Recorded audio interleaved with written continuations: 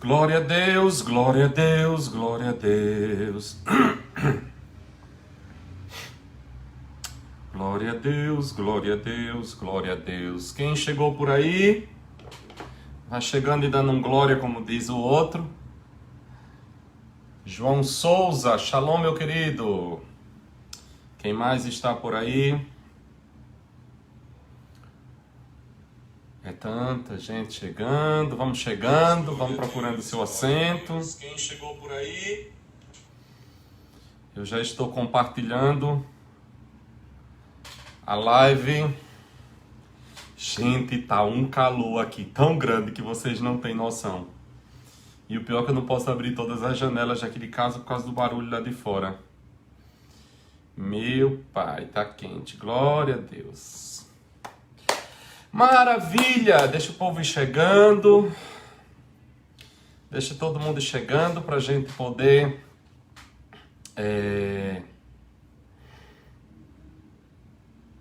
Para podermos dar início à nossa ministração hoje sobre o sábado, o 7º dia. Shalom a todos. Meu pai, tá quente. Glória a Deus. Temos bastante coisa para conversar a respeito deste tema. Como eu falei, é um tema bem complexo, bem polêmico, mas muito rico se você se expuser a ele sem nenhum tipo de preconceito, né? Quando eu falo de preconceito, sem nenhum conceito pré-estabelecido, mas você estiver... Ligou o ar-condicionado?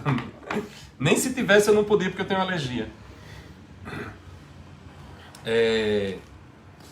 Quando você se abre a um conhecimento, a pior coisa que existe é quando você já vai armado, né? Então você já vai dizendo, não, eu vou para ouvir, mas eu já sei o que... Eu já tenho a minha posição e acabou. Isso é um fanatismo, né? O que é um fanático religioso? É aquele que não está nunca disposto a rever os seus conceitos, a rever aquilo que você... A fé que nós temos, ela precisa suportar a prova. Ela precisa ser confrontada. Então, quando nós nos expomos a qualquer tipo de conhecimento, nós precisamos ir com o coração aberto, não passivo, mas com o coração aberto no sentido de estar disposto a aprender, né? Para que, se eu estiver equivocado acerca de algum tipo de informação ou de conceito que eu tenha, eu possa rever meus conceitos, rever minhas posições, e isso é bom, isso é maduro, né? Isso gera amadurecimento.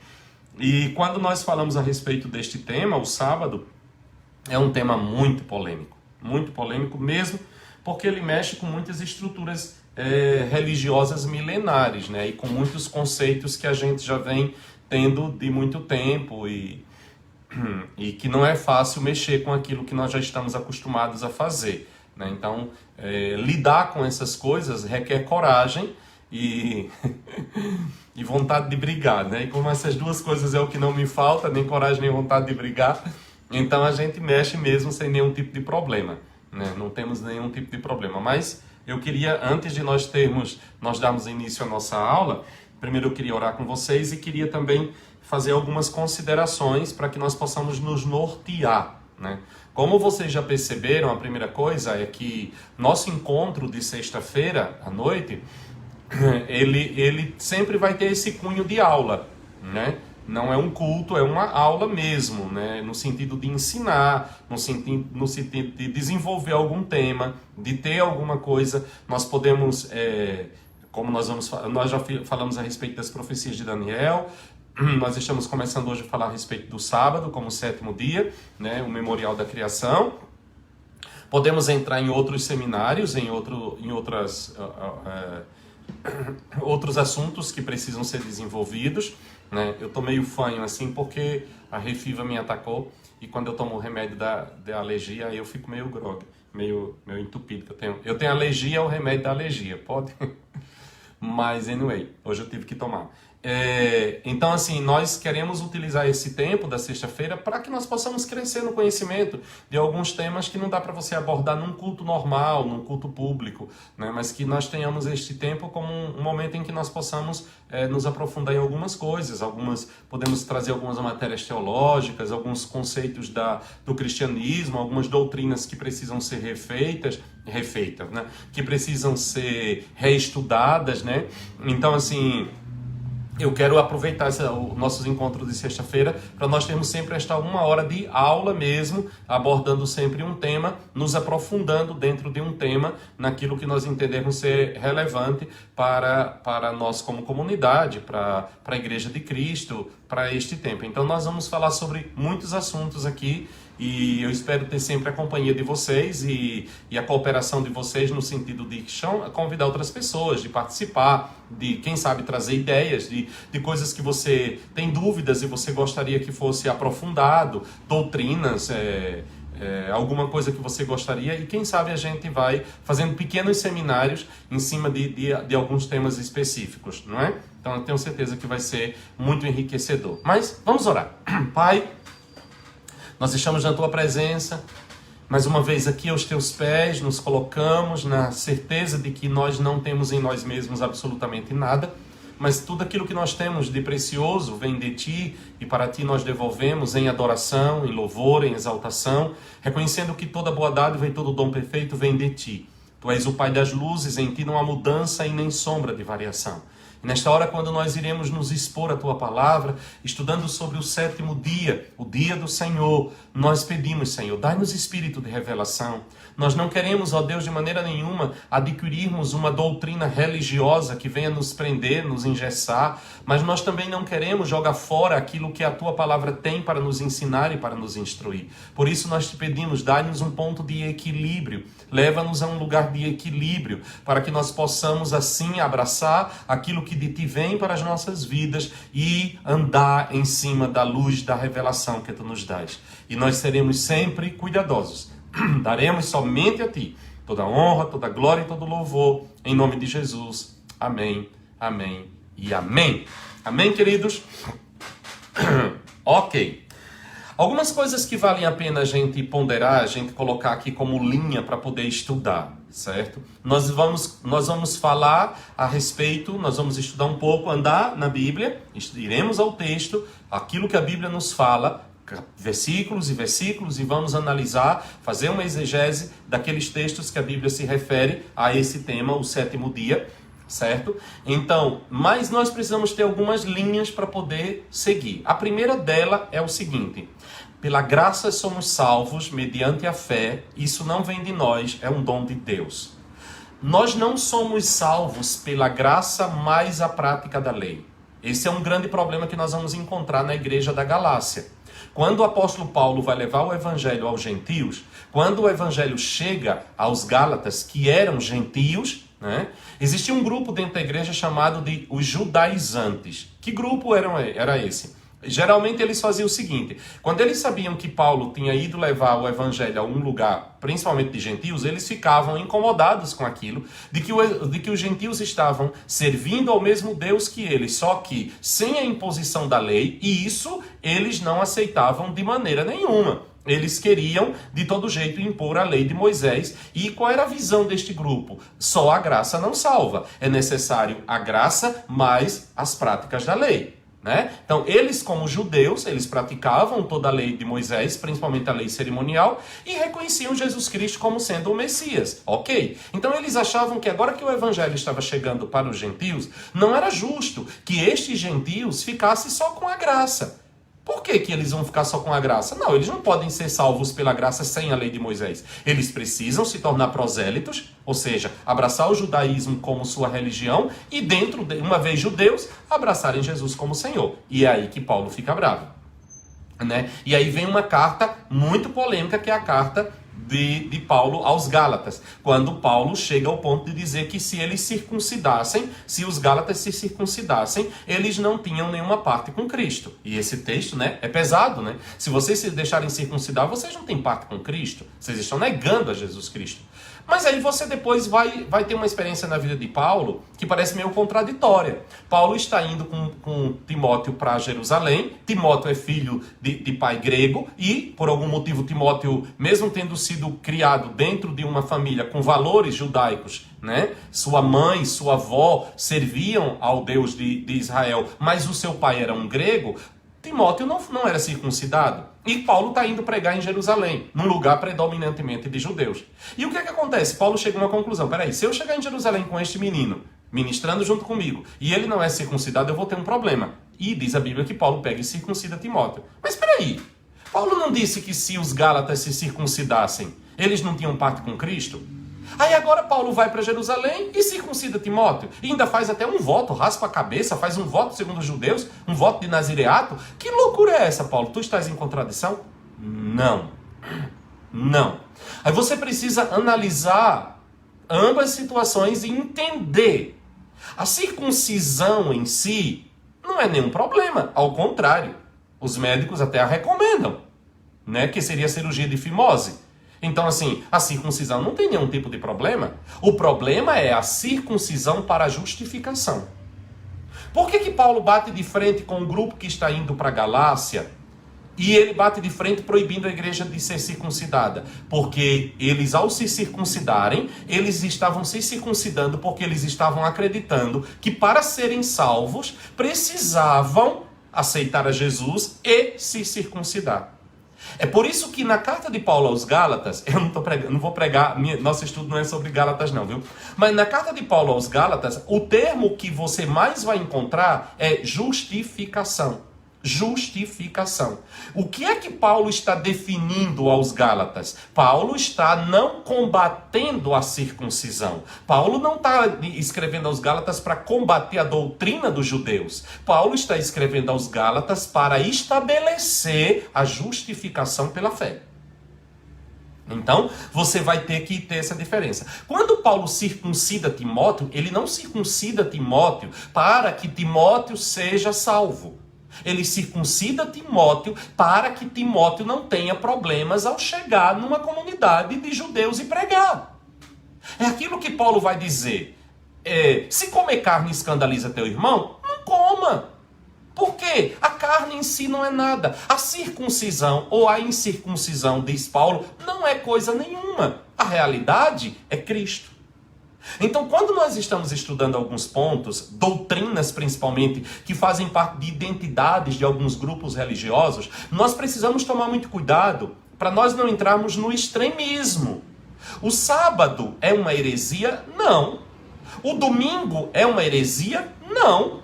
O que é uma heresia, pastor? Uma heresia é tudo aquilo que é acrescentado ao plano de redenção. Isso é uma heresia. Se você chegar para mim e você disser que para eu ser salvo, eu preciso aceitar a Jesus e guardar a lei, isso é uma heresia.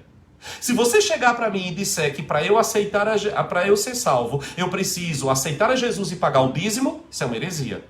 Se você chegar para mim e disser que para eu ser salvo, eu preciso aceitar Jesus e guardar o sábado, isso é uma heresia. Por quê? Porque a salvação é única e exclusivamente através da fé em Jesus Cristo. Paulo vai dizer isso quando ele escreve em Romanos no capítulo 10. Ele diz, porque a palavra está perto de ti, na tua boca e no teu coração. Isto é, a palavra da fé que pregamos. Porque que se com tua boca confessares a Jesus como Senhor, e em teu coração creres que Deus o ressuscitou dentre os mortos, serás salvo. Então não existe mais, não existe adendo no plano da salvação. Não existe um acréscimo na redenção. Não existe mais. Você tem que aceitar Jesus, mas tem que dar o dízimo na igreja. Não. Você tem que aceitar Jesus e guardar as festas bíblicas. Não. Você tem que aceitar Jesus e mais nada. A salvação é única e exclusivamente dada através de Jesus Cristo. Pela graça, através da fé. Fé em quem? Fé em Jesus Cristo. Crer que Deus estava em Cristo reconciliando consigo mesmo o mundo.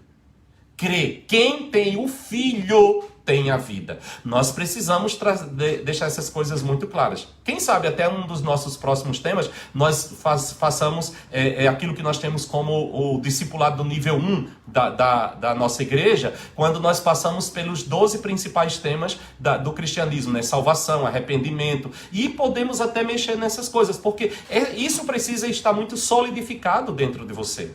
Você não se torna mais salvo porque você entendeu o significado do sábado, do sétimo dia, e você passou a compreender esta revelação.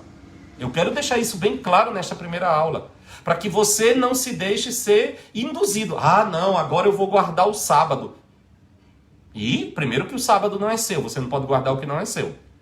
Né? Então, assim, ok, nenhum problema. O grande problema é quando você chega e diz assim, o sábado é o selo do Espírito. Opa! O sábado, ele salva. Ah, opa! Não. Não. Ah, pastor, mas aí alguém pode dizer o seguinte. Poderia alguém ser salvo e quebrar a lei do Senhor? E não cumprir a lei do Senhor? Estou falando da lei moral? Não. Não. O coração da lei é amar a Deus sobre todas as coisas e ao teu próximo como a ti mesmo. Esse é o coração da lei. Certo? Então, não adulterar, não roubar, não matar, não sei o quê. São coisas que vão ser manifestas na vida, dos 10 mandamentos, na vida de uma pessoa que teve uma experiência com Jesus Cristo. Então, e aí? Tudo bem, mas isso é fruto que vai se manifestar na minha vida. Eu não sou salvo por guardar a lei, eu guardo a lei porque eu sou salvo. E eu nem gosto dessa palavra guardar. Eu observo a lei do Senhor como uma meta a ser construída na minha vida. É fruto do Espírito. A lei de Deus manifesta em mim hoje já não é uma imposição religiosa externa. A lei de Deus que eu cumpro, que eu obedeço, ela já não é mais como a lei de Moisés, escrita em tábuas. E eu me refiro até mesmo aos 10 mandamentos. Se os 10 mandamentos na sua vida, não adulterar, não roubar, não levantar falso testemunho, não adorar ídolos, não sei o que, for igual era com Moisés, eu sinto muito em lhe dizer, possivelmente você nunca teve uma experiência de novo nascimento. Por quê? Porque você está partindo de fora para dentro. É como se você está caindo no erro dos judaizantes. Você está achando que o cumprimento da lei vai produzir justificação para você. E o cumprimento da lei não produz justificação na minha vida. A lei de Deus, que é a mesma lei dada a Moisés, hoje, na vida de um crente, ela não está mais escrita em tábuas de pedra. Esta lei está escrita nas tábuas do nosso coração. E ela se manifesta através daquilo que o apóstolo Paulo chama de fruto do Espírito. Ela já não é mais algo que eu decoro na minha mente e religiosamente eu obedeço. Ela é fruto, ela é resultado, ela se tornou, ela saiu, é como se a lei que Deus deu em pedras saísse da pedra e entrasse dentro do meu coração pela experiência do novo nascimento. E agora esse espírito, que é o espírito da própria lei, em relacionando-se com o meu espírito humano recriado, vai fazer com que esta mesma lei se manifeste através de mim, só que em forma de fruto, não de ritual religioso. É preciso compreender estas coisas porque nós vamos lidar com algumas questões como santificar. Nós vamos falar sobre santificar. O conceito de santificar para um cristão nascido de novo e o conceito de santificar para um religioso que não nasceu de novo, seja ele judeu ou seja ele gentil, é totalmente diferente.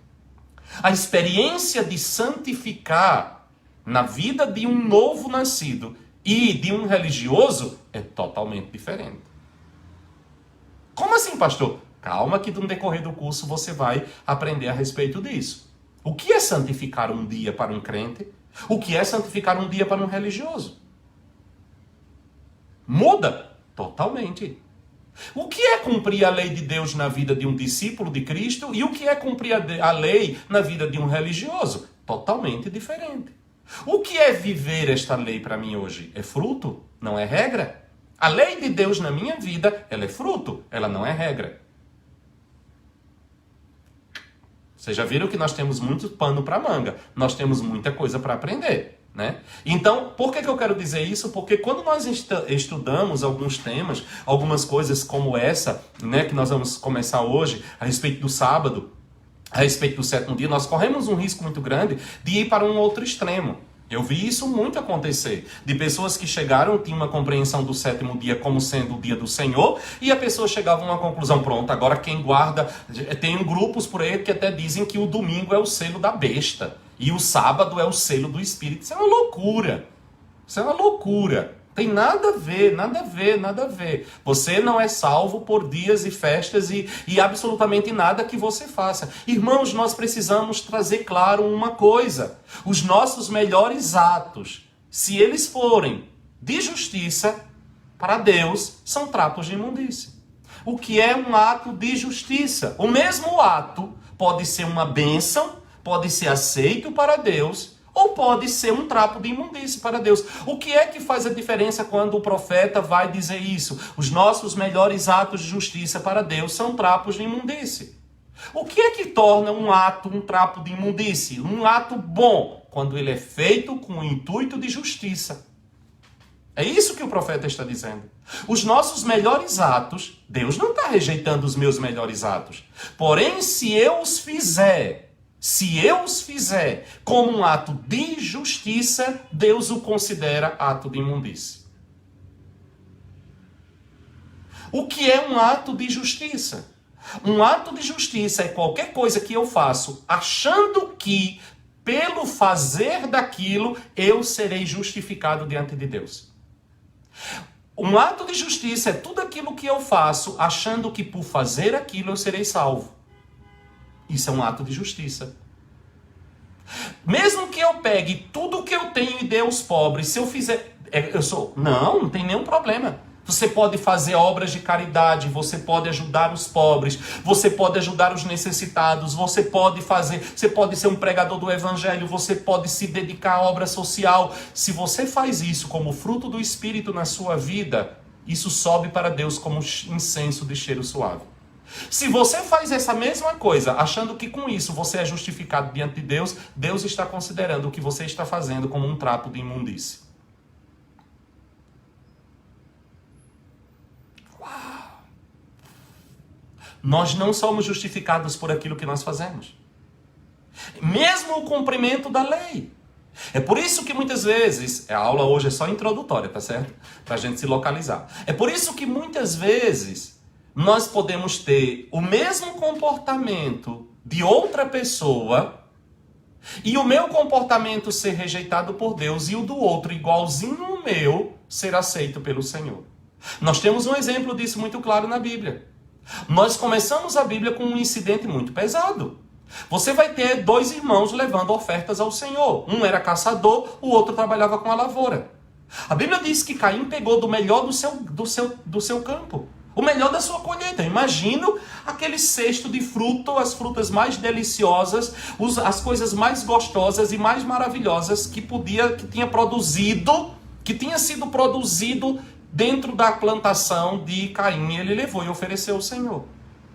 Abel pegou um dos animais do seu rebanho, matou, derramou sangue e levou ao Senhor. E diz a Bíblia que Deus atentou para a oferta de Abel, mas a de Caim, Deus rejeitou. E muitas vezes você pode ter se perguntado, por que Deus rejeitou a oferta tão linda de Caim e aceitou a de Abel? Não eram ofertas? Era. Não era um sacrifício do melhor? Era. Qual era o diferencial que existia entre uma e outro? Justiça.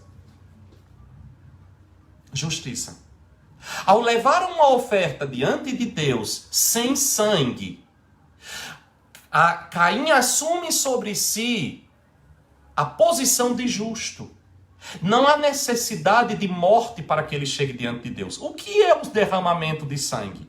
A alma que pecar, esta morrerá. Todos somos pecadores, todos pecaram. E nenhum pecador pode chegar na presença do Senhor santo, porque esse morreria. Para que este pecador, reconhecendo-se pecador, ao chegar diante de Deus, não fosse fulminado pela presença de Deus, o que ele faria? Um animal era escolhido Ele impunha as mãos sobre este animal, transferindo para este animal o seu pecado, e este animal, no lugar deste homem, era morto. E o sangue daquele animal derramado cobria, a palavra propiciatório, a tampa da arca, propiciatório. Propiciatório é tampa, cobertura. Este sangue deste animal cobria o pecado daquele homem que ia entrar na presença de Deus. E agora, Deus olhava para este homem através do animal morto. É como se dissesse, para que você, ao entrar na minha presença, não morra, você se reconhece. Antes de entrar na minha presença, você se reconhece como pecador e estabelece um mecanismo de substituição do seu pecado. Para que você não morra, um animal morreu no seu lugar. Então, Abel se antecipa e sacrifica um animal, reconhecendo a necessidade de uma manifestação de justiça para que ele pudesse chegar na presença de Deus. Caim, não. Caim, não. Caim não tem sangue no seu sacrifício. Caim, para chegar na presença de Deus, ninguém morreu. Ninguém morreu. E veja que ao não deixar que ninguém morresse, nem Caim morreu, nenhum animal morreu, sangue não foi derramado, no mundo espiritual uma porta de entrada para um espírito de morte. No juízo, a morte começa a operar. É como se uma força de morte procurasse lugar dentro daquele Éden para ser satisfeita. E como Caim, ao desobedecer um princípio estabelecido desde o Éden, desde os seus pais, como Caim quebra este princípio, ok, mas isso só foi revelado, isso se tornou uma lei em Moisés. Abel e Caim não sabiam. Do quê? Que Abel e Caim não sabiam disso? Disso do quê? Não entendi. De que precisava um animal? Não. Esse princípio não foi estabelecido apenas em Moisés, não. Cuidado, o que Moisés vai trazer, o princípio do sacrifício, não é da lei. O princípio do sacrifício, ele é estabelecido em Gênesis, no capítulo 3, quando o homem se esconde de Deus, costura para si folhas de figueira e Deus sacrifica um animal. O primeiro que sacrificou um animal para prover justiça para o homem foi o próprio Deus. Você vai encontrar o sacrifício, por exemplo, o sacrifício de animal para chegar diante de Deus não é um cerimonial levítico.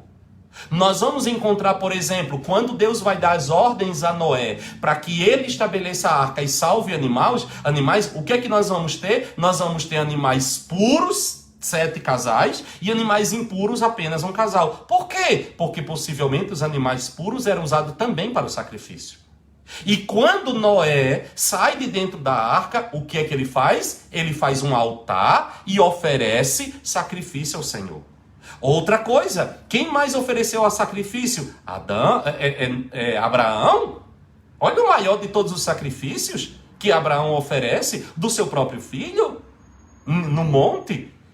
E mesmo quando Deus interrompe o sacrifício de Abraão, não deixando que ele mate Isaque, Deus substitui.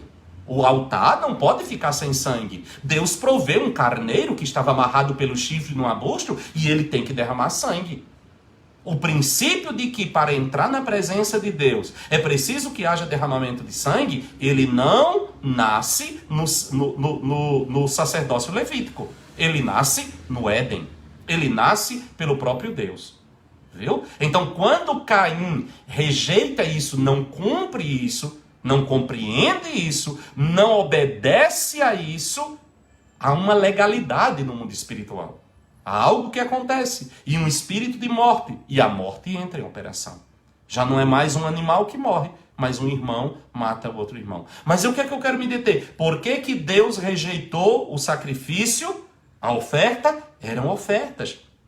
Porque uma foi feita como expressão da necessidade de comparecer diante do Senhor, cumprindo todos os requisitos. A outra foi feita sem cumprir estes requisitos.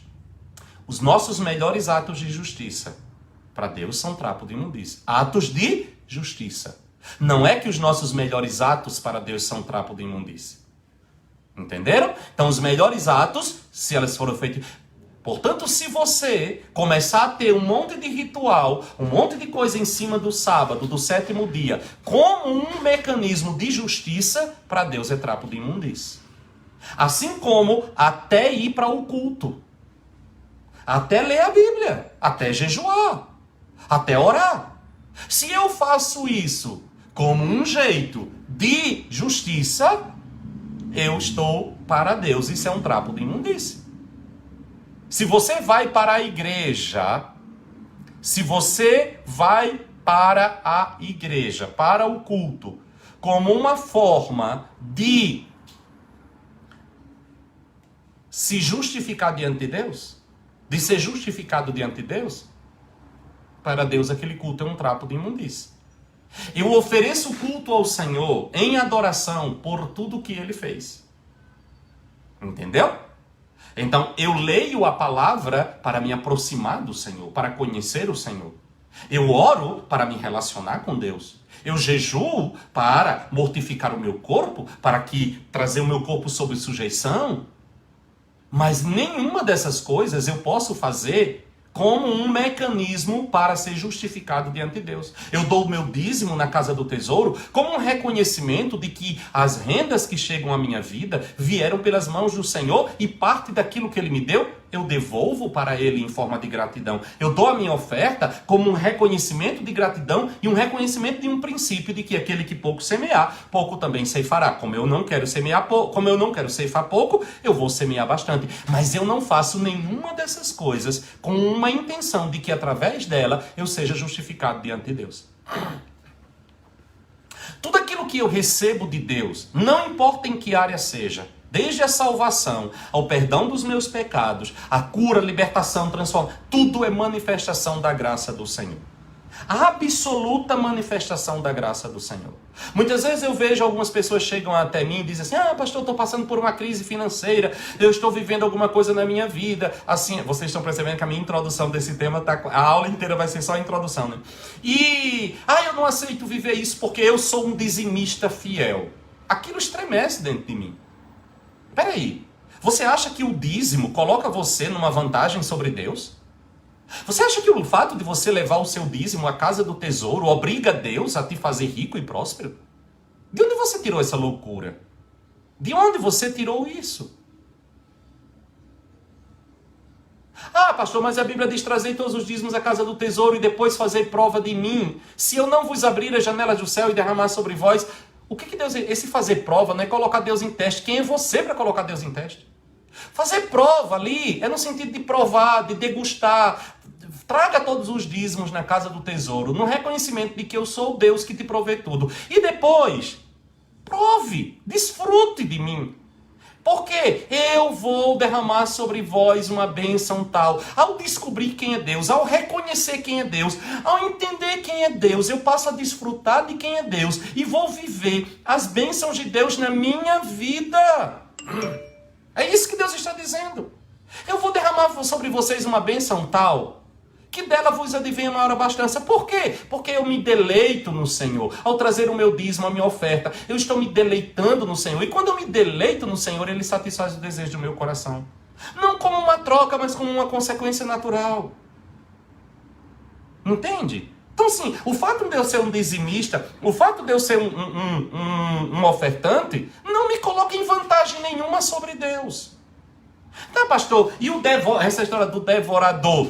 Ora, devorador é igual essa praga de gafanhoto que estava ameaçando ir para o Brasil, graças a Deus que não foi, infelizmente foi para outro país, né? Isso era o devorador, pragas que vinham.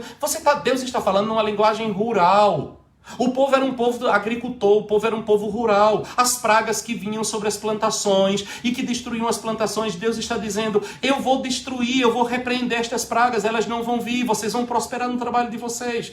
Por quê? Porque você deu o dízimo? Não, porque você compreendeu que o Deus Criador é Yahvé. Porque você compreendeu que tudo aquilo que vem nas tuas mãos, vem das mãos do Senhor. Como é que eu mostro que eu compreendi isso? Como é que eu demonstro na prática um dos meios que Deus estabeleceu para que eu pudesse demonstrar com uma atitude prática o reconhecimento de que todos os meus recursos não são resultado da minha mente brilhante, mas são resultado da bênção de Deus na minha vida, é que ao receber estes recursos, uma parte dele eu entrego na casa do tesouro. Onde é a casa do tesouro? O lugar onde eu sou alimentado pela palavra do Senhor. Eu estou demonstrando, mas isso é o quê? Isso é uma manifestação externa de uma experiência interna. Isso não é uma barganha. Isso não é uma troca. Isso não é um toma lá da cá. Porque se eu fizer como troca e como toma lá da cá, eu entro no que Isaías disse. É um ato que você está fazendo, é bom o seu ato. É maravilhoso, mas é ato de justiça. O ato em si, nenhum problema. A intenção do ato, a motivação do ato está totalmente errada. Deus considera o que você está fazendo um trapo de imundície. Mas não o ato em si. Vocês me entendem? Estão me entendendo? Reaja aí, diga assim quem está me entendendo. Não é o ato em si. Lembra daquele fariseu que batia no peito todo dentro do templo? Ah, Senhor, porque eu dou o dízimo de tudo, eu jejuo 2 vezes por semana, eu não sei o quê. E um pecador publicano estava batendo. Tem misericórdia de mim, Senhor, que sou pecador. E diz a Bíblia que aquele que se gabava do que fazia, saiu dali sem ser justificado. E o pecador saiu justificado diante de Deus. Onde é que estava o problema? No que ele fazia? Claro que não. É igual Mateus 23, Jesus exorta os fariseus assim, fariseus hipócritas. Vocês dão o dízimo do coentro, do hortelã e do cominho. Pensa aí, você dá o dízimo de um pacotezinho de cominho. Mas vocês negligenciam o que há mais de importante. A fé, a misericórdia e o amor. Façam estas coisas sem omitir aquelas. O que Deus está dizendo? Está faltando fé naquilo que vocês estão fazendo. Está faltando misericórdia naquilo que vocês estão fazendo. O que você está fazendo não está errado. Mas a motivação está errada. Entende? Então, por que eu estou falando tudo isso, gastando nossa primeira aula só para estabelecer isso? Para dizer o seguinte, irmãos, quando nós estudamos a respeito do 7º dia, do dia do Senhor, do sábado do Senhor, nós não queremos estabelecer mais uma regrinha religiosa. Nós não estamos aqui querendo descobrir alguma coisa que venha acrescentar a nossa redenção. Não, nós somos redimidos pela fé em Jesus Cristo. Nós somos salvos pela graça em Jesus, pela graça de Deus. É o dom de Deus, a salvação é um dom de Deus, é um presente. Nada pode acrescentar absolutamente nada a isso. Tá bom? Então assim, tendo dito estas coisas, eles foram para o tema da aula, pelo menos para começar a aula, né? Então assim, você precisa compreender estas verdades. Sabe? E aí, diante disso, ainda mais acrescentando sobre isso, né? Diante disso, isso nos joga numa posição altamente delicada. Que eu acredito que Paulo compreendeu isso quando ele diz assim, quem és tu que julgas o servo alheio? Porque eu me torno impossibilitado de fazer um juízo sobre qualquer comportamento religioso de alguém. A não ser que aquela atitude infrinja totalmente a palavra do Senhor. Mas caso contrário, a pessoa pode estar errada na sua atitude, mas correta no seu coração. E como disse Deus ao profeta Samuel, tu vês a aparência, eu vejo o coração. E os critérios de avaliação de Deus passam por esta motivação do coração. Ah, pastor, mas é a boa intenção. Pera. De boa intenção o inferno está cheio, né? Essa expressão. A boa intenção que está superlotando o inferno é a maldade mascarada. Isso é a boa intenção. Ah, eu fiz isso com a melhor das intenções. Não, não fez. Você sabia exatamente o estrago que isso ia produzir, você sabia exatamente a intenção que você tinha no seu coração. E Deus julgará. Então, assim, é disso que a Bíblia está. Não é nisso. Eu sei o certo, mas eu vou fazer. Não, isso não é intenção. O que Deus está trazendo, um princípio que ele está trazendo, e aquilo que Paulo está dizendo que você não deve julgar o que o outro está fazendo, é no sentido de você compreender que você é incapaz de saber a história, o contexto que está por trás. Entendeu? Então, não é para sermos... Nós não estamos estudando esse tema, não vamos estudar esse tema para que nós tenhamos aferidor de juízo sobre a vida das pessoas, sobre as suas doutrinas e seus conhecimentos, de maneira nenhuma. Mas vamos à palavra do Senhor. Tendo dito isso, temos aqui uma base, pronto. Então vamos lá, né? O que é o sábado? A palavra sábado ou Shabat, né, significa descanso. Descanso. A palavra sábado é descanso. Então, um sábado é um dia de descanso. Ok? Então, você pode chegar em Israel, por exemplo, e você ter semana de ter 2, 3 sábados. É o que nós aqui na Inglaterra a gente chama de Bank Holiday. No Brasil a gente chama de feriado. Isso é um Shabat. Hoje é feriado. 21 de abril é Shabat. 15 de novembro é Shabat. 1º de maio, Shabat. Dia 1º de janeiro, Shabat. Dia 17 de novembro é Shabat. 17 de novembro é o que, Baixou? Meu aniversário. 25 de dezembro é Shabat. Entende? Então, é um sábado. A palavra sábado significa descanso. Porém, nós estamos aqui estudando o sábado do Senhor. É diferente. Porque nós lá na frente, nós vamos entrar e vamos tocar um pouco a respeito desta questão. O sábado do Senhor e os sábados dos homens. Então, qualquer feriado é sábado. Ok? Agora, nós vamos estudar o sábado do Senhor. Qual o significado deste dia? Ok? Então, no que ele está inserido? Vamos mais uma coisa. Não esquece... Eu vou dizer uma heresia agora. Esquece por um pouco a ressurreição de Jesus. Esquece por um pouco a morte de Jesus. Esquece por um pouco domingo de ressurreição. Esquece. Por que, pastor, que eu tenho que esquecer? Porque o sábado não tem absolutamente nada a ver, em termos de memorial, com isso. Ok? Uma coisa é uma coisa, outra coisa é outra coisa. E aqui está o grande problema. Mais uma vez, o grande problema da teologia da substituição.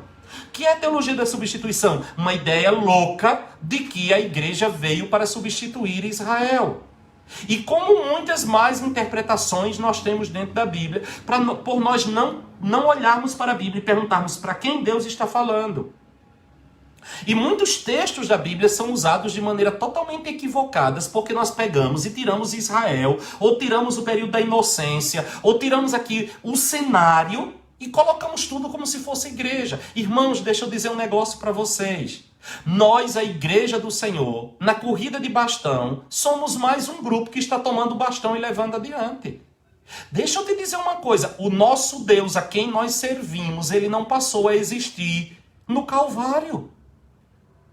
A obra de Deus, a revelação de Deus não se iniciou com o discurso do apóstolo Pedro. Para com essa loucura. A igreja está inserida dentro de um cenário muito maior. A igreja era zambujeiro maldito que foi enxertado na oliveira que já existia. Então, assim, nós temos que parar e pensar e ter uma análise. A igreja tem 2000 anos de existência. Um pouquinho mais. A revelação do Deus de Abraão, aquilo que nós compreendemos como revelação de Deus na genealogia da Bíblia, nós já passamos dos 6000 anos. Então, a igreja é mais um grupo dentro disso. Não estou diminuindo o papel da igreja, não estou colocando... Cada um no seu lugar. Nós não estamos estudando sobre a igreja. Nós vamos estudar a respeito do sábado. Então, assim, muitas vezes nós vamos falar desse assunto, a primeira coisa que a pessoa vai trazer assim, mas Jesus ressuscitou no domingo. Tá, mas o que é que tem a ver? A Bíblia não começa em Mateus capítulo 1, versículo 1, meu querido. Quando alguém chega para mim e diz assim, ah, mas Jesus ressuscitou no primeiro dia da semana, eu digo, e descansou no sétimo. Então assim, gente, separa. É igual aquele princípio que nós tivemos quando nós fomos estudar Daniel. Certo? Com quem Daniel estava falando? Não é com a igreja, é com Israel. Vocês percebem como tudo fica claro? Vocês percebem como tudo fica fácil de compreender quem fez o curso de Daniel? Quando você coloca cada coisa no seu lugar? Quando você detecta com quem está sendo falado? Quando você coloca os personagens no seu devido lugar? E aí a coisa fica clara, aí tem sentido. Agora, quando você ignora os personagens e coloca um personagem que não tem nada a ver no meio daquilo, pronto, vira um balai de gato e vira um negócio complicado, ninguém entende nada. Aí vem umas histórias de que a Bíblia é complicada, de que ninguém entende a Bíblia. Lógico, você está achando que a Bíblia foi escrita por Pedro Álvares Cabral e chegou no Brasil com as caravelas portuguesas? Não, querido. Não, você tem que sair dessa mentalidade e entender o todo da revelação divina. E quando você vai estudar um tema, tira os personagens que não tem nada a ver com aquele tema. A revelação foi dada a um grupo. Aí nós vamos começar aqui. Ótimo, abra sua Bíblia, em Gênesis. Nós temos aqui o relato da criação no capítulo 1. Vamos começar do começo. Gênesis capítulo 1. Só para não dizer, eu tenho só 15 minutos, só para não dizer que eu não comecei o assunto. Gênesis capítulo 1. Nós temos aqui o relato da criação. Deus vai criando, primeiro dia, segundo dia, você vai vendo aqui no primeiro, versículo 3, disse Deus haja luz, disse Deus haja firmamento, versículo 6, versículo 9, ajuntem-se as águas, no versículo 11, disse Deus, produza relva, produza a terra Eva, relvas que deem semente e frutos, no versículo 14, e disse, e assim vai, né, terceiro dia, quarto dia, quinto dia, né, no versículo 19, o quarto dia, no versículo 23, o quinto dia. Entendendo uma coisa, quando nós estamos lendo isso aqui, não pensa que Gênesis capítulo 1, esses dias aqui não são dias de 24 horas. Entenda isso, são dias de criação. Isso aqui é uma figura, é uma forma de escrita. São dias de criação. Deus não criou o mundo em 6 dias de 24 horas. Isso aqui são períodos de criação. Pastor, quanto tempo durava um dia de criação? Não temos a mínima ideia. Pode ser milhões de anos. Pode ser milhões de anos. É por isso que nós não podemos pegar e bater de frente com a ciência. Por exemplo, quando a ciência vai e diz assim, a Terra tem não sei quantos milhões de anos. Tal montanha rochosa, tal oceano, ele demorou não sei quantos milhões de anos, não sei quantos mil anos para poder se apartarem. Pastor, isso tem fundo de verdade? Com certeza. Com certeza. Por quê? Porque eu não sei. Quando Deus disse aqui, olha, no segundo dia Deus disse assim, aliás, o segundo dia, Deus diz assim, ajuntem-se as águas que estão debaixo dos céus em um só lugar, e apareça a porção seca, e assim foi. Chamou Deus a porção seca terra, e ao ajuntamento das águas mares, e viu Deus que isso era bom.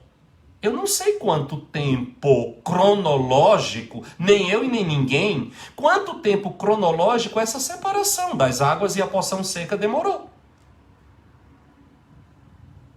Eu sei que isso foi feito debaixo de uma palavra de ordem de Deus.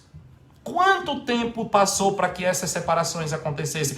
Qual foi o processo para que estas coisas acontecessem?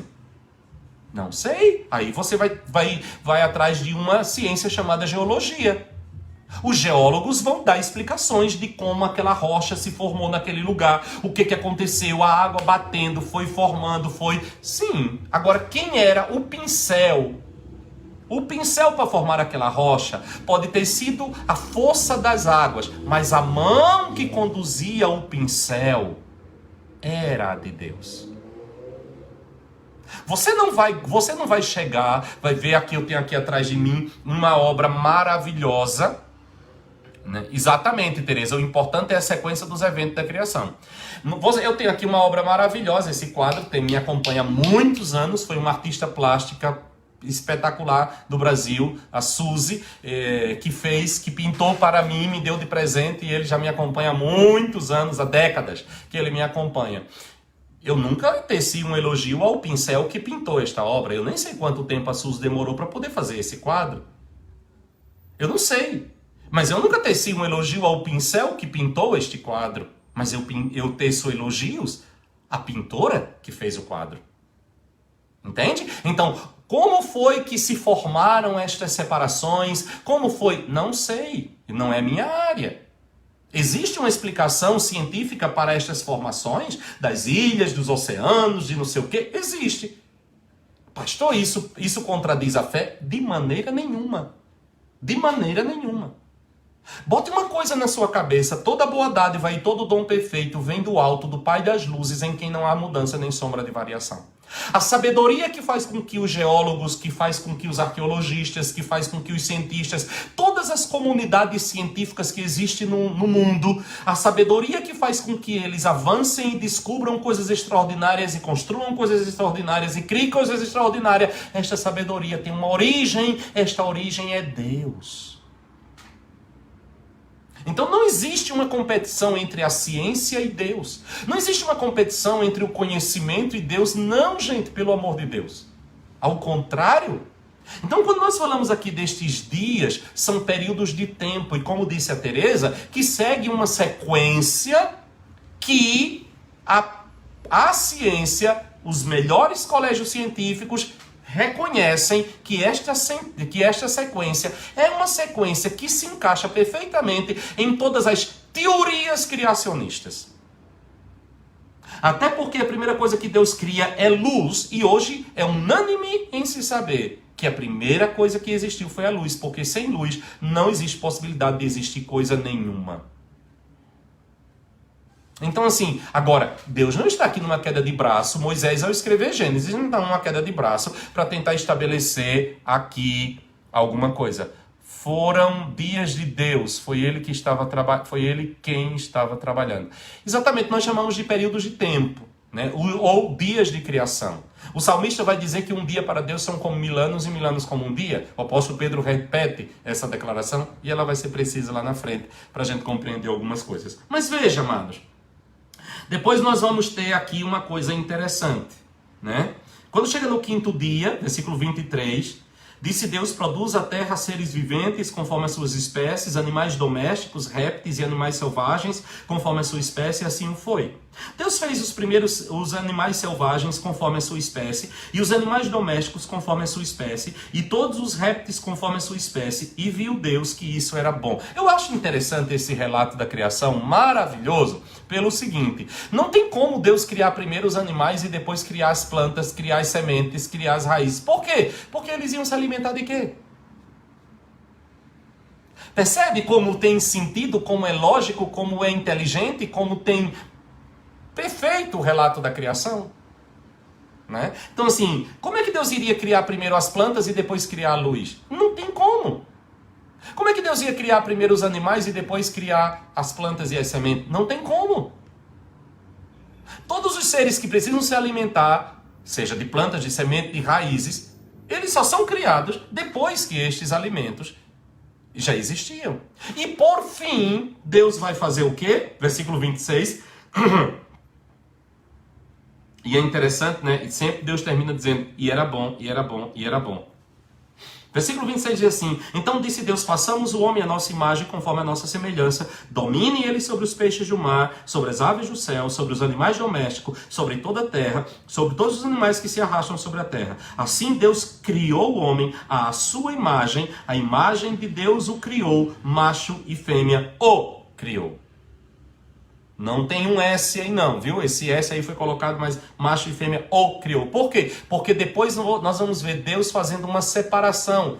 Deus vai formar a mulher. A mulher não é uma segunda criação de Deus, certo? A mulher, ela é uma extensão do homem.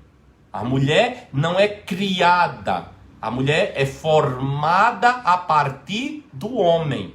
Deus retira de Adão Eva. Então ela já existia em forma de costela, mas ela já existia em Adão. É por isso que Adão vai dizer, ela é carne da minha carne, ela é osso dos meus ossos. Ela foi tirada de mim. Certo? Então aqui, macho e fêmea o criou. Quando Deus completa a obra da criação e ele entra no Shabat, ele entra no descanso, a obra está completa. A obra está totalmente completa. Deus não vai agora criar outra coisa. Tudo estava ali. O que Deus vai fazer? Deus vai formar a partir do que já existia. Quando Deus percebe que não é bom que o homem esteja só neste projeto de governar, de ter autoridade, Deus não pega barro para formar uma mulher. Deus tira de Adão esta mulher. Ela já estava ali. Ela já existia ali. Versículo 28. Deus os abençoou e lhes disse, frutificai, multiplicai-vos, enchei a terra, sujeitai-a, dominai sobre os peixes do mar, sobre todas as aves do céu, sobre todos os animais que se arrastam sobre a terra. E disse Deus ainda, tenho-vos dado as ervas que produzem semente. Olha a provisão chegando antes da necessidade. Olha a provisão chegando primeiro. Que produzem semente e se acham sobre a face de toda a terra, bem como todas as árvores em que há fruto que dá semente, servosão para mantimento. E a todos os animais da terra, a todas as aves do céu, a todos os seres viventes que se arrastam sobre a terra, tenho dado todas as ervas como mantimento, e assim foi. Olha aqui, antes, Deus já tinha, antes de chegar à necessidade, a provisão já existia. Versículo 31. E viu Deus tudo o que tinha feito, e que era muito bom, e houve tarde e manhã o sexto dia. E é interessante que aqui, depois de cada dia, Deus vê o que ele fez naquele dia e diz, é bom. Mas aqui ele vê e diz, é muito bom. Talvez você esteja perguntando assim, pastor, por que diz assim, e houve tarde e manhã? Porque o dia, na linguagem da Bíblia, ele não começa na madrugada. E nem começa de manhã. O dia começa no pôr do sol do dia que está terminando. Então, por isso que nós dizemos Shabbat Shalom, hoje à noite. Porque a noite de Shabbat, ou a noite do sábado, é o que para nós ocidentais consideramos a noite da sexta-feira. Quando o sol se põe no horizonte, um dia termina, outro dia começa. Ok? Então, o dia começa com a lua. O dia começa nesta transição, a mudança de posto. O sol governa o dia, ele terminou o seu mandato e passa o mandato para a lua que governa a noite. Então, a noite marca o início do dia, não a madrugada. Então, ao pôr do sol de um dia, começa o outro dia. Ok? Então, essa é a linguagem bíblica. O dia começa no pôr do sol. Então, a noite de hoje, para nós, é a noite de sexta-feira. Para a Bíblia, é a noite de sábado. Entendeu? É por isso que ele vai sempre dizer, houve tarde e manhã. Exatamente, Josi. Quando o sol se põe no horizonte na sexta-feira, é sábado. O dia terminou. Certo? Então o dia terminou, começou um outro dia.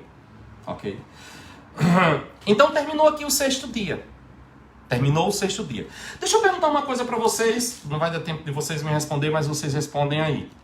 O capítulo 1 de Gênesis é um relato da... É um relato da... É um relato da...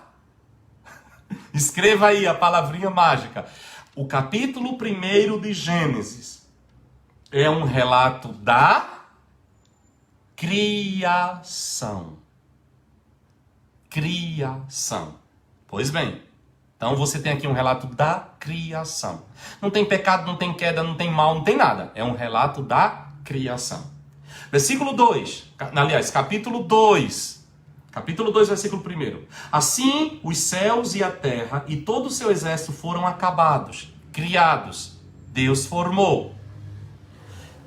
Versículo 2. Havendo Deus acabado, no sétimo dia, a obra que fizera, descansou nesse dia de toda a obra que tinha feito, e abençoou Deus o sétimo dia, e o santificou, porque nele descansou de toda a obra de criação que fizera. Irmãos, atentem para o texto. O que é o sétimo dia? Um memorial da criação. O sétimo dia diz aqui, vou ler outra vez, versículo 2 e versículo 3 do capítulo 2. Havendo Deus acabado no sétimo dia a obra que fizera, descansou nesse dia de toda a obra que tinha feito. O sétimo dia não tem nada a ver com a morte de Jesus. Sétimo dia não tem nada a ver com a ressurreição de Jesus. Sétimo dia é um memorial da criação. E abençoou Deus o sétimo dia e o santificou. Abençoou aquele dia e o santificou, porque nele descansou de toda a obra de criação que fizera. Descansou de quê? Não foi do cansaço. Imagina Deus chegando no pôr do sol da sexta-feira dizendo: gente, eu estou morto. Preciso tirar um dia para descansar. Estou só o pó do traque. Olha, hoje deu trabalho. Fiz o homem, fiz animal, fiz não sei o quê. Vou tirar um dia para descansar. Não quero ver ninguém, não vou responder mensagem. Ninguém me ligue, porque hoje eu vou dormir o dia todinho. Não. Olha o que a Bíblia está dizendo. Primeira coisa, Deus abençoou este dia. É um dia abençoado. É um tempo abençoado. Agora guarde isso. É muito mais do que um dia de 24 horas. O dia de 24 horas aponta para este dia. Porque se eu não posso olhar para os dias da criação, os 6 dias da criação, como 6 dias de 24 horas, eu também não posso olhar para o sétimo como sendo um tempo de 24 horas. Concordam comigo? Nós temos que ter uma única regra para interpretar o texto. Então, ele é muito mais do que um dia de 24 horas. Porém, através dos dias da semana, este dia se me revela muita coisa. Mas eu não posso limitar. Aí entra a questão da revelação e da religião. A partir do momento em que eu sacralizo um dia e imponho sobre eles um monte de coisa e me escravizo deste dia, eu me tornei um religioso, porque eu estou achando que naquele dia de 24 horas eu vou adquirir alguma coisa. Quando eu sou livre desta escravidão, eu olho para aquele dia, compreendo a mensagem que ele me traz, santifico aquele dia, dou graças a Deus por aquele dia, olhando para aquilo que ele me traz, para aquilo que ele me representa e não para ele em si mesmo. Irmãos, deixa eu dizer um negócio para vocês. Todas as coisas que Deus nos deu, todas as coisas que Deus nos trouxe como instrumento de revelação de quem ele é, são altamente perigosas de nós a sacralizarmos e começarmos a dar a ela algum poder. E aquilo que poderia ser uma ponte que nos levaria para algo muito maior, torna-se um fim em si mesmo. E isso eu posso fazer com absolutamente tudo, como eu falei antes. Eu não posso, de repente eu sacralizo o pão da ceia, de repente eu sacralizo as águas do batismo, de repente eu sacralizo o vinho da ceia, de repente eu sacralizo a Bíblia, de repente eu sacralizo o dízimo, de repente, o que é que eu estou fazendo? Todas estas coisas que podem ser uma ferramenta que me leva a uma revelação muito maior, a algo muito maior, tornaram-se um fim em si mesmo. Isso é idolatria. Isso é idolatria. Entenderam? Deixa eu abrir aqui meu computador, que fechou, dizendo que já acabou o meu tempo. Agora veja, primeira coisa, Deus abençoou este dia e o santificou. Ô palavrinha gloriosa. Deus abençoou este dia e o santificou. O que é santificar? Separado para o uso exclusivo de. Torná-lo especial, torná-lo separado. Vocês imaginam que Deus ficou em casa no sétimo dia, sem acender a lâmpada, sem ligar o fogo, sem poder fazer comida, presa a um monte de regrinhas, porque aquele dia era santo. Vocês imaginam? Veja que o nosso desafio é muito grande. Porque o nosso desafio é compreender o que está no coração de Deus, é compreender o pensamento do Senhor. Porque nele descansou de toda a obra que fizera. Descansar aqui, tetelestai, está consumado, completou. Fala de completar, fala de todas as coisas plenas, de tudo completo, não falta absolutamente nada. Tudo está perfeitamente completo. Então, o que é o sétimo dia? O sétimo dia é um memorial da criação. O sétimo dia é um dia da semana que é chamado, otimamente chamado de sábado, porque está relacionado a descanso, é um descanso, não apenas um descanso físico, ele não nasce no contexto de um descanso físico, ele nasce no contexto de um descanso de Deus, de um descanso da criação, de um descanso da obra, de obra plena, de obra completa. Então eu preciso entrar neste nível de descanso.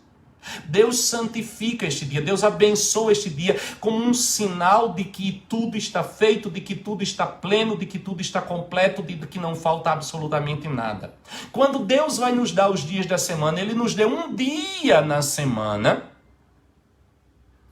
Essas coisas exageradas não entendo. Como assim? Não pode fazer? Pois é, Ele vai nos dar um dia na semana para que nós nos lembremos. E na próxima semana eu entro neste ponto. Para que nós nos lembremos de quê? O que o sábado aponta para mim? O que o sábado me diz? O que o sétimo dia me diz?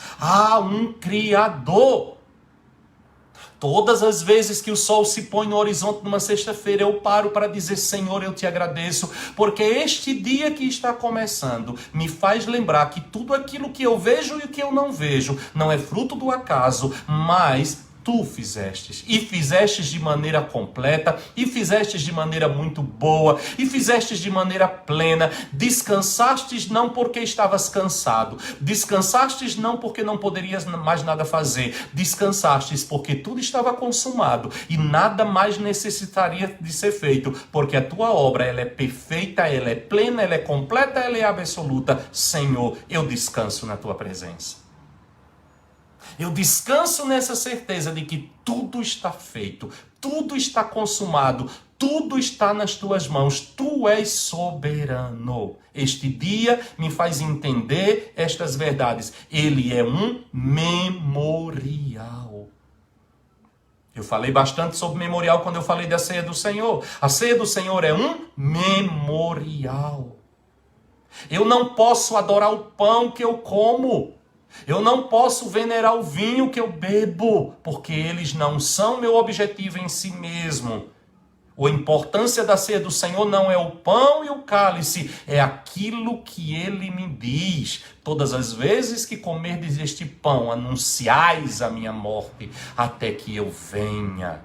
Todas as vezes que chega o sétimo dia da semana, anunciais que há um Criador, até que haja um novo céu e uma nova terra. Todas as vezes que chega o Shabat, a terra inteira proclama: há um Criador, a obra foi feita, a obra é completa, a obra está plena, a obra é absoluta. Não falta absolutamente nada. Deus está por trás de tudo isso. Entenderam o que é um memorial? Mas nossa aula não termina por aqui. Na próxima semana, nós iremos falar mais sobre esse sábado, porque nós vamos entrar na lei, nós vamos entrar em Jesus, nós vamos entrar em Paulo, nós vamos entrar na história e nós vamos entrar na profecia. O sábado é um sinal profético que aponta para o milênio de Jesus Cristo. E nós vamos enxergar isso na Bíblia. Amém? Pai, eu oro pela vida de cada um dos meus irmãos. Eu oro para que nesta noite de Shabat, nossos olhos se levantem, sejam tirados das circunstâncias, olhemos para Ti como aquele Deus que tudo faz, que tudo executa, que tudo realiza, o Deus que fez tudo pleno, perfeito, completo. Pai, que nós entremos neste descanso. O descanso do estar consumado. O descanso de saber que nós já somos abençoados.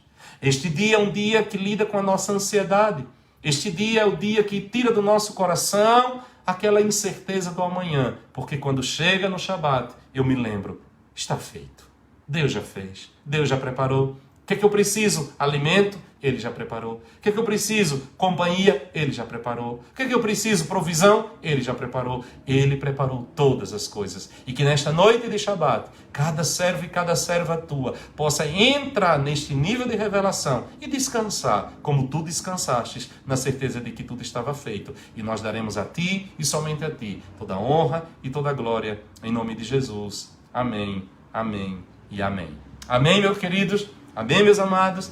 Deus te abençoe. Não esqueça que amanhã, às 7 horas da noite, nosso encontro aqui, 3 horas da tarde no Brasil, e nós estaremos ministrando sobre Apocalipse. E queremos começar, pelo menos os 3 primeiros capítulos de Apocalipse, nós iremos trazer numa série, queremos falar sobre as 7 igrejas da Ásia Menor e aquilo que a palavra de Deus nos ensina ali naquele texto. E no domingo, às 4 horas da tarde, aqui na Inglaterra, meio-dia no Brasil, nós estamos falando sobre família. Temos uma palavra muito boa, falando sobre os papéis, marido, mulher. Vamos lidar sobre submissão, sobre o papel do marido, sobre o papel da esposa dentro da família. Estamos chegando numa parte muito boa de Efésios. Então, e todos os dias, às 18 horas, na Sala do Trono. Uau! Tem muita coisa, não é? Mas nós estamos nesta batalha e sabendo que em todas estas coisas nós somos mais do que vencedores. Fiquem com Deus, um grande abraço, Shabbat Shalom.